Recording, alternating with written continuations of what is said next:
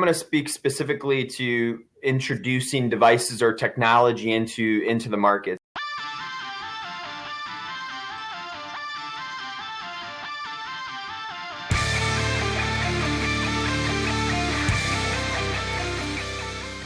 So, one of the things that I've bumped up against, especially with looking at new projects with companies, is, as they're wanting to launch something very quickly, there's a couple of factors you need to take into consideration, right? And especially if they're not familiar with the medical device standards, right? For example, 60601.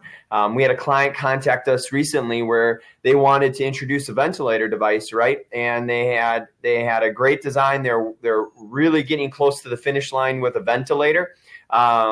They decided they wanted to slap it on a cart. And one of the things that they didn't take into consideration is the fact that you still need to do 60601 testing. And the cart needs to be 60601 compliant. And even though that you buy a cart, you can buy a cart out of a catalog, you can buy a cart from a cart manufacturer like HUI, you still need to put that device on that cart, and that whole system needs to be considered 60601 compliant. And those are some of the things that are being forgotten about or being overlooked, or are going to prevent them from kicking it over into the marketplace if they don't take those types of things into consideration.